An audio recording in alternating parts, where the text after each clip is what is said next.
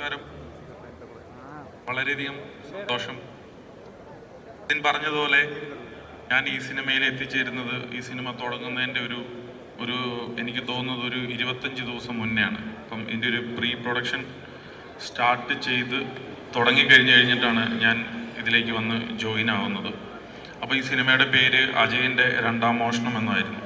അപ്പം ഡോക്ടർ സക്രിയ തോമസ് നമ്മുടെ പാർട്ട്ണർ, പുള്ളി ഇന്ന് ഇവിടെ ഇല്ല, പുള്ളി അമേരിക്കയിലാണ്, പുള്ളിക്ക് വരാനായിട്ട് ഈവൻ സാധിച്ചില്ല.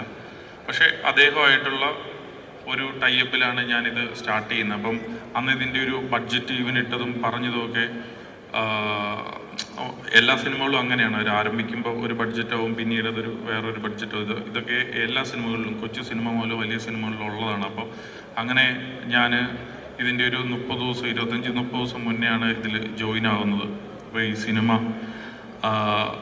ഒരു വലിയ സിനിമയായി മാറണമെന്നുള്ളൊരു ആഗ്രഹം ഇപ്പോൾ ഇവനുണ്ടായിരുന്നു. ഇതിൻ്റെ തുടക്കം പോലെ തന്നെ UGM ഇൻവോൾവ്ഡായിട്ട് ഇവൻ ചെയ്യുമ്പോൾ ജിതിൻ ഇതിൻ്റെ എടുത്ത ഷോട്ടുകൾ എന്നെ കാട്ടുമ്പോൾ ഞാൻ ഭയങ്കര ഇമ്പ്രസ്സായിട്ട്, അങ്ങനെയാണ് ഈ സിനിമ ARM എന്ന് പറയുന്ന പാൻ ഇന്ത്യൻ സിനിമയാക്കി മാറ്റണം എന്ന് പറഞ്ഞുകൊണ്ടിട്ടാണ് അല്ലേ ജിതിൻ ARM എന്ന് പറയുന്ന ടൈറ്റിൽ ഫോം ആകുന്നത്. പിന്നെ അജയൻ്റെ രണ്ടാം മോഷണം ഇല്ല, അത് അതിൻ്റെ താഴെ മാത്രമാണ്. നമ്മൾ ARM ഉണ്ടാക്കിയത് അങ്ങനെയാണ്.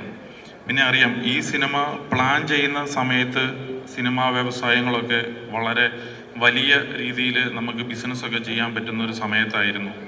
ആക്ച്വലി ഈ സിനിമ റിലീസ് ചെയ്യുന്ന സമയത്ത് ഞങ്ങൾ ഈ സിനിമ ഭയങ്കര കോൺഫിഡൻ്റ് ആയിരുന്നു. അപ്പോൾ നമ്മളിത് കാട്ടിയിട്ട് ബിസിനസ് ചെയ്യാം. നമ്മൾ കൊച്ചു സിനിമകളൊക്കെ തന്നെ നമ്മൾ നല്ല രീതിയിൽ ബിസിനസ് ചെയ്തിട്ടുണ്ട്, അല്ലെങ്കിൽ ഇതിനു മുമ്പ് ഇറങ്ങിയ സിനിമകളെല്ലാം നല്ല രീതിയിൽ ബിസിനസ് ചെയ്തിട്ടുണ്ട്. അപ്പം ഈ സിനിമയുടെ ലക്കാണോ അൺലക്കാണോ എന്നറിയില്ല.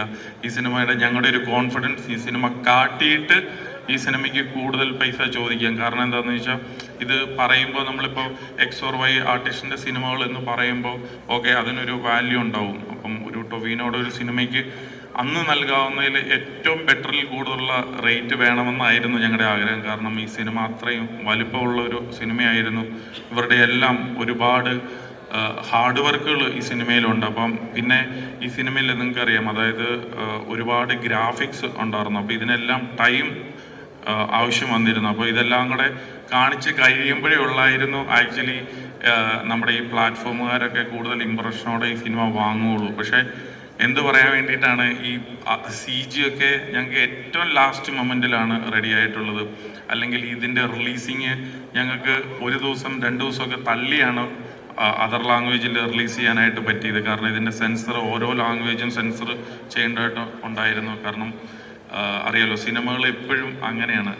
അപ്പോൾ ഞാൻ ഈ പറഞ്ഞു വന്നത്, ഒരുപാട് കഷ്ടപ്പെട്ടിട്ട് ഞങ്ങൾ ഈ സിനിമ നിർമ്മിച്ച് കഴിഞ്ഞ് ഇത് റിലീസ് കഴിഞ്ഞിട്ടാണ് ഇതിൻ്റെ ഒരു ബിസിനസ് പോലും നടന്നത്. കാരണം ഞാനിപ്പോൾ ഒരു 3-4 സിനിമകൾ നിർമ്മിക്കുന്നുണ്ട്. ധൈര്യത്തോടെ തന്നെ പറയാം, ആ 4 സിനിമകൾ ചേർത്ത് വെച്ച് കഴിഞ്ഞാൽ ഈ ഒരു സിനിമയുടെ ബഡ്ജറ്റ് ആവുന്നില്ല. കാരണം എനിക്ക് ഇത്രയും ധൈര്യമുണ്ട് എന്നെനിക്ക് മനസ്സിലായത് പോലും ഈ ARM ആണ് ധൈര്യമാക്കി തന്നത്. അതുപോലെ തന്നെ എനിക്ക് എടുത്ത് പറയാതിരിക്കാൻ പറ്റത്തില്ല. ഇപ്പം ഈ വലിയ സിനിമകളൊക്കെ റിലീസ് ചെയ്യുന്ന സമയത്ത് നമ്മൾ ഫിനാൻസ് ഒക്കെ എടുത്തിട്ടാണ് സാധാരണ സിനിമ റിലീസ് ചെയ്യുന്നതിന് മുമ്പ് നമ്മളതൊക്കെ സെറ്റിൽ ചെയ്യണം, എടുത്ത എമൗണ്ടുകളൊക്കെ. അപ്പം ഈ സിനിമ ബിസിനസ് ആവാതിരുന്ന സമയത്ത്, അല്ലെങ്കിൽ ഞങ്ങൾക്ക് പറഞ്ഞ റേറ്റുകളിൽ ഞങ്ങൾ ഓക്കെ ആകാതിരുന്ന് കഴിഞ്ഞപ്പോൾ ഞാൻ എന്താ പറയുക, ഫൈനൽ സെറ്റിൽമെൻ്റ് എന്ന് പറയാം. അപ്പോൾ അത് സിനിമയിലുള്ളവർക്കേ ഉള്ളൂ അത് കൂടുതൽ മനസ്സിലാവുള്ളൂ, അല്ലാത്തവർക്ക് അത് അത്ര മനസ്സിലാവത്തില്ല. അപ്പോൾ അതൊക്കെ സെറ്റിൽ ചെയ്യേണ്ടതായിട്ടുണ്ടായിരുന്നു. ആ സമയത്ത് എനിക്ക് ഇത്ര കോടികൾ വേണം, അതിൻ്റെ ആവശ്യമായിട്ട് വന്നപ്പോൾ എനിക്ക് ഇത്ര രൂപയുടെ ഒരു ആവശ്യമുണ്ട് പടം ഇറങ്ങേണ്ട സമയത്ത് എന്ന് പറഞ്ഞപ്പോൾ എൻ്റെ ഒരു കോളിൽ എന്നെ സഹായിച്ച പൃഥ്വിരാജ് സുകുമാരനോട് ഞാൻ നന്ദി പറയുകയാണ് ഈ അവസരത്തിൽ. അതുപോലെ തന്നെ കുറച്ചും കൂടെ വീണ്ടും പൈസ ആവശ്യമുണ്ട് എന്ന് പറഞ്ഞപ്പോൾ ഞാൻ എത്രയാണ് വേണ്ടത് എന്ന് ചോദിച്ചിട്ട് അത് ഞാൻ ചോദിച്ച എമൗണ്ട് എൻ്റെ അക്കൗണ്ടിൽ ഇട്ടു തന്ന എൻ്റെ ഡയറക്ടർ, എൻ്റെ ഫ്രണ്ട് അൻവർ റഷീദിനോടുള്ള നന്ദി ഞാൻ ഈ അവസരത്തിൽ രേഖപ്പെടുത്തുകയാണ്. ഒരുപാട് പേരുടെ സഹായങ്ങളുണ്ടെങ്കിൽ മാത്രമാണ് ഓരോരുത്തർക്ക് വരാനായിട്ട് പറ്റുള്ളൂ. ഒരു ലിസ്റ്റിൻ സ്റ്റീഫൻ ഇന്നിവിടെ നിൽക്കണമെങ്കിൽ എൻ്റെ പിന്നിൽ ഒരുപാട് പേരുണ്ടാവും. എനിക്കൊന്നും ചെയ്യാനായിട്ട് സാധിക്കത്തില്ല എന്ന് 100% ഇന്നും എപ്പോഴും നാളെയും ബോധ്യമുള്ള ഒരാളാണ് ഞാൻ.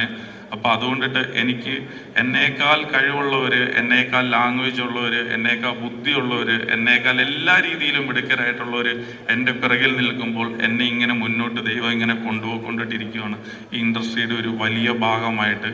സോ ഞാൻ ഇത്രയും സിനിമകൾ നിർമ്മിച്ചിട്ടും ഒരു 100 കോടി ക്ലബിൽ, അല്ലെങ്കിൽ 100 കോടി എന്നൊക്കെ മറ്റുള്ളവരുടെ സിനിമകൾ പറഞ്ഞ് കേട്ടിട്ടേ ഉള്ളൂ. അപ്പം എൻ്റെ ഒരു സിനിമ 100 കോടി സംഭവിക്കുന്നത്, അല്ലെങ്കിൽ ഈ സിനിമയുടെ ഒരു ഭാഗമാകാനായിട്ട് സാധിച്ചത് ഇതിൻ്റെ റൈറ്റർ ഡയറക്ടറോടും ഞാൻ വളരെയധികം നന്ദി പറയുകയാണ്. അപ്പം ഇതിൻ്റെ അക്കൗണ്ട്സ് ആയിക്കോട്ടെ, ഇനിയും ഇതിൻ്റെ നമ്മുടെ സാറ്റലൈറ്റ് ഡിജിറ്റലിൻ്റെ ഒക്കെ പൈസ ഇനിയും ഞങ്ങൾക്ക് കിട്ടാനായിട്ടുണ്ട്, ഓഡിയോയുടെ പൈസയൊക്കെ ഇനിയും ഞങ്ങൾക്ക് കിട്ടാനായിട്ടുണ്ട്.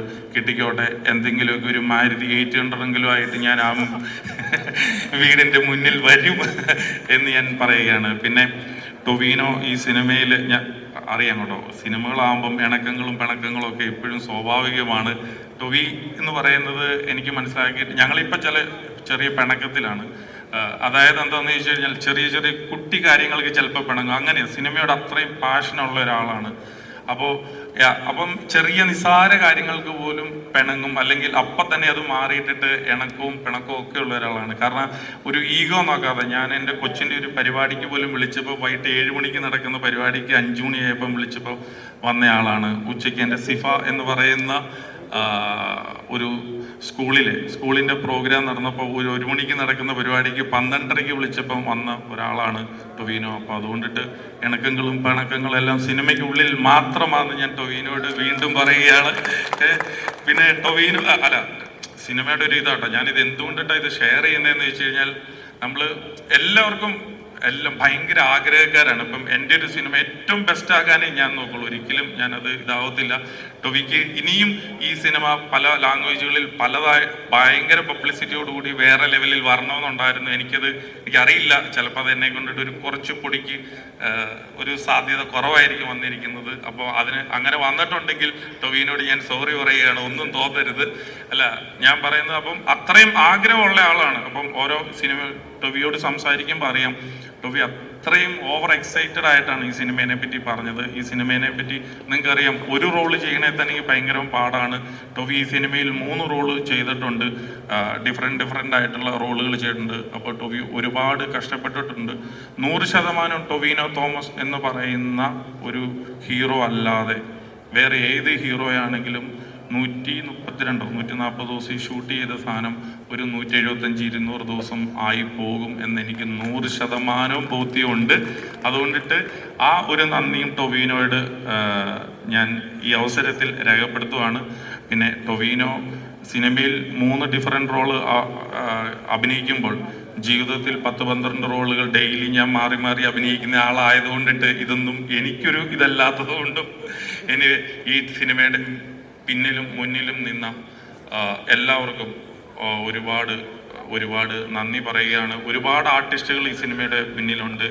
ഞാൻ പറയട്ടെ, ഞാൻ നന്ദി പറയാനായിട്ട് ഞാൻ പലരെയും വിട്ടുപോകും. കാരണം ഈ സിനിമ മറ്റൊരു സിനിമ പോലെയല്ല. നമ്മളൊരു 60 ദിവസം കൊണ്ട് 70 ദിവസം കൊണ്ടിട്ട് തീർന്ന ഒരു സിനിമയല്ല. ഇതുപോലത്തെ പഴശ്ശിരാജ പോലെയുള്ള പല സിനിമകളും ഉണ്ട് കേട്ടോ. പക്ഷെ ഈ സിനിമയ്ക്ക് ഒരു പുതിയ ഡയറക്ടർ എന്ന് പറയാത്ത വിധത്തിൽ ആ സിനിമയെ ആക്കിയെടുത്ത ഇതിൻ്റെ ഡയറക്ടർ, റൈറ്റർ, എല്ലാവർക്കും, ടൊവീനോയുടെ കൂടെ ഉള്ളവരായിക്കോട്ടെ, മാജിക് ഫ്രെയിംസിൻ്റെ ഒപ്പമുള്ളവരായിക്കോട്ടെ, എല്ലാവരോടും ഒരിക്കൽ കൂടി ഞങ്ങളുടെ ഈ സിനിമ ഓവർസീസ് റിലീസ് ചെയ്ത് തന്ന സഞ്ജയ് വാദ്യയോട് ആയിക്കോട്ടെ, ഞങ്ങളുടെ ഔട്ട്സൈഡ് കേരള ഈ സിനിമ റിലീസ് ചെയ്ത് തന്ന എല്ലാ ഡിസ്ട്രിബ്യൂട്ടറോടും ആയിക്കോട്ടെ, ഞങ്ങളുടെ ഈ സിനിമ വാങ്ങിയ ഹോട്ട്സ്റ്റാറിനോടായിക്കോട്ടെ, എല്ലാവരോടും ഈ അവസരത്തിൽ ഒരിക്കൽ കൂടി നന്ദി പറയുകയാണ്. ഇനിയും ഞങ്ങൾ നല്ല സിനിമകളായിട്ട് വരും. നല്ലതല്ലെങ്കിൽ നിങ്ങൾ തിരസ്കരിക്കണം, നല്ലതാണെങ്കിൽ നിങ്ങൾ ഇതുപോലെ തന്നെ സ്വീകരിക്കണം. ഇനിയും ഞങ്ങൾക്ക് ഒരുപാട് മുന്നോട്ട് വരാനുള്ളതാണ്. Thank you so much. മലയാള സിനിമയിൽ മാറ്റങ്ങളുടെ തേരോട്ടത്തിന് ചുക്കാൻ പിടിച്ച ഒരു പ്രൊഡ്യൂസറാണ്. വികാരനിർഭരമായ വാക്കുകൾ.